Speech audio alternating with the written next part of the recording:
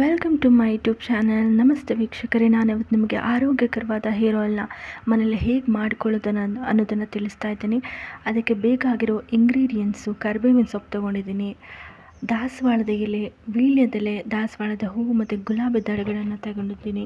ಅದರ ಜೊತೆಗೆ ಮೆಹಂದಿ ಸೊಪ್ಪು, 2 ದೊಡ್ಡದಾಗಿರೋ ಈರುಳ್ಳಿನ ಕಟ್ ಮಾಡಿ ಇಟ್ಕೊಂಡಿದ್ದೀನಿ.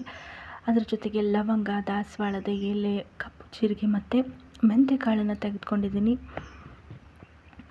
ಇಷ್ಟೆಲ್ಲ ಇಂಗ್ರೀಡಿಯೆಂಟ್ಸ್ಗೆ ನಾನಿಲ್ಲಿ 1 ಲೀಟರ್ ಕೊಬ್ಬರಿ ಎಣ್ಣೆ ತೆಗೆದುಕೊಂಡಿದ್ದೀನಿ. ಇದು ಯಾವುದೇ ರೀತಿ ಕೆಮಿಕಲ್ ಆ್ಯಡ್ ಮಾಡಿರೋದಲ್ಲ, ನ್ಯಾಚುರಲ್ ಆಗಿ ನಾವೇ ಕೊಬ್ಬರಿ ಹಾಕಿ ತೆಗೆಸಿರೋದು. ಅದರ ಜೊತೆಗೆ ಅರ್ಧ ಲೀಟರ್ ಹರಳೆಣ್ಣೆ ಜೊತೆಗೆ 150 ml ಅಷ್ಟು ಆಲ್ಮಂಡ್ ಆಯಿಲ್ನ ತೆಗೆದುಕೊಂಡಿದ್ದೀನಿ.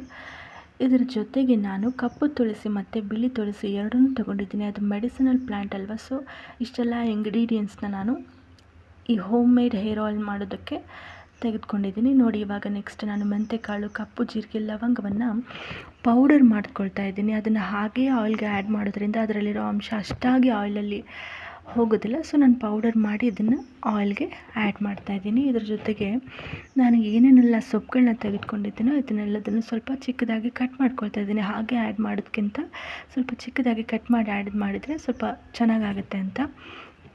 ನೋಡಿ, ಇವಾಗ 1 ಲೀಟರ್ ಕೊಬ್ಬರಿ ಎಣ್ಣೆನ ನಾನು ಪಾತ್ರೆಗೆ ಹಾಕ್ತಾಯಿದ್ದೀನಿ. ಅದರ ಜೊತೆಗೆ ಅರ್ಧ ಲೀಟರ್ ಹರಳೆಣ್ಣೆ ತೊಗೊಂಡಿದ್ನಲ್ವ, ಅದನ್ನು ಕೂಡ ಆ್ಯಡ್ ಮಾಡ್ತಾಯಿದ್ದೀನಿ.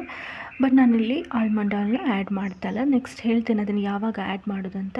ಅದ್ರ ಜೊತೆಗೆ ಏನೇನೆಲ್ಲ ಇಂಗ್ರೀಡಿಯೆಂಟ್ಸ್ ತೊಗೊಂಡಿದ್ನೋ ಅದೆಲ್ಲದನ್ನು ನಾನು ಗ್ಯಾಸ್ ಫ್ಲೇಮಲ್ಲಿ ಇಡೋದಕ್ಕೂ ಮುಂಚೆನೇ ನಾನು ಆಯಿಲ್ಗೆ ಆ್ಯಡ್ ಮಾಡ್ತಾಯಿದ್ದೀನಿ.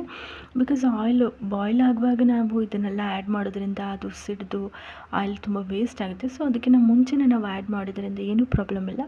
ಅದು ಚೆನ್ನಾಗಿ ಬಾಯ್ಲ್ ಆಗಬೇಕಷ್ಟೆ. ಅದು ಬಾಯ್ಲ್ ಆಗ್ತಿರುವಾಗ ಈ ರೀತಿ ಬೆಳ್ಳುಳ್ಳಿ ನಿಮ್ಗೆ ಎಷ್ಟು ಪ್ರಮಾಣ ಬೇಕೋ ಅಷ್ಟನ್ನು ಆ್ಯಡ್ ಮಾಡಬೇಕು. ಆ್ಯಡ್ ಮಾಡಿದರೆ ಒಳ್ಳೆಯದೇ. ಬೆಳ್ಳುಳ್ಳಿ ತುಂಬ ಒಳ್ಳೆಯದು, ಶೀತ ಅಂಶ ಏನೂ ಆಗೋದಿಲ್ಲ.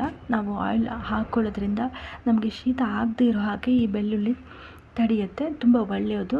ಈ ಥರ ಬಾಯ್ಲ್ ಆಗುವಾಗ ನಾನು ಬೆಳ್ಳುಳ್ಳಿನ ಆ್ಯಡ್ ಮಾಡ್ತಾಯಿದ್ದೀನಿ. ನೋಡಿ, ಇದು ಚೆನ್ನಾಗಿ ಬಾಯ್ಲ್ ಆಗಬೇಕು. ಆವಾಗವಾಗ ನೀವು ಈ ರೀತಿ ಚಮಚದಲ್ಲಿ ಅದನ್ನು ಅಲಾಡಿಸ್ತಾ ಇರಬೇಕು. ಇಲ್ಲಾಂದರೆ ನಾವು ಹಾಕಿರೋ ಪೌಡರ್ ಇದೆಯಲ್ಲ, ಮೆಂತ್ಯಕಾಳು, ಕಪ್ಪು ಜೀರಿಗೆ ಪೌಡರ್, ಅದು ತಳ ಹಿಡಿದ್ಬಿಡುತ್ತೆ. ಸೊ ಈ ಥರ ಚಮಚದಲ್ಲಿ ಅವಾಗವಾಗ ಆ್ಯಡ್ ಮಾಡ್ತಾರೆ. ಅದು ಚಮಚದಲ್ಲಿ ಅವಾಗವಾಗ ನೀವು ಅದನ್ನು ಸ್ಟಿರ್ ಮಾಡ್ತಾ ಇರೋದು. ಯಾವಾಗ ಬಾಯ್ಲ್ ಆಗುತ್ತೋ ಆವಾಗ 2 hours ನೀವು ಲೋ ಫ್ಲೇಮಲ್ಲಿ ಅದನ್ನು ಮುಚ್ಚಿಬಿಟ್ಟು ಚೆನ್ನಾಗಿ ಬಾಯ್ಲ್ ಆಗೋಕ್ಕೆ ಬಿಟ್ಬಿಡಿ. ನಾವು ಏನೇನು ಹಾಕಿದ್ದೀವಲ್ಲ ಅದೆಲ್ಲ ಕಪ್ಪಾಗಬೇಕು. ನೋಡಿ, ಈ ರೀತಿ ಕಪ್ಪಾದಮೇಲೆ ಅದನ್ನು 4 hours ಆರೋದಕ್ಕೆ ಬಿಟ್ಬಿಟ್ಟು ನೀವು ಅದನ್ನು ಸೋಸ್ಕೊಳ್ಳಿ. ನೆಕ್ಸ್ಟ್ ಉಳಿದಿರೋದನ್ನು ಬಟ್ಟೆಗೆ ಹಾಕಿ ಈ ರೀತಿ ನಾನು ಹಿಂಡ್ಕೊಂಡಿದ್ದೀನಿ. ಹಂಗೆ ಮಾಡ್ಕೊಳ್ಳೋದ್ರಿಂದ ಆಯಿಲ್ ವೇಸ್ಟ್ ಆಗೋದಿಲ್ಲ. ನೆಕ್ಸ್ಟ್ ನೋಡಿ, ಎಷ್ಟು ಆಯಿಲ್ ಬಂದಿದೆ. ಇವಾಗ ನಾನು ಅದಕ್ಕೆ ಆಲ್ಮಂಡ್ ಆಯಿಲ್ನ ಆ್ಯಡ್ ಮಾಡ್ತಾಯಿದ್ದೀನಿ. ಆಲ್ಮಂಡ್ ಆಯಿಲ್ನ ಲಾಸ್ಟಿಗೆ ಆ್ಯಡ್ ಮಾಡೋದ್ರಿಂದ ಬೆಸ್ಟ್, ಅದು ಫ್ಲೇವರ್ ಕೂಡ ಹಾಗೆ ಇರುತ್ತೆ.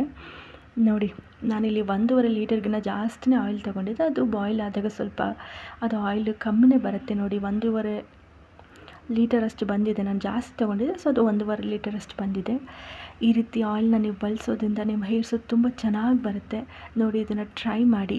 ನನಗೆ ಕಮೆಂಟ್ ಮಾಡೋದನ್ನು ಮರಿಬೇಡಿ ಮತ್ತು ನನ್ನ ಚಾನಲ್ನ ಸಬ್ಸ್ಕ್ರೈಬ್ ಮಾಡಿ.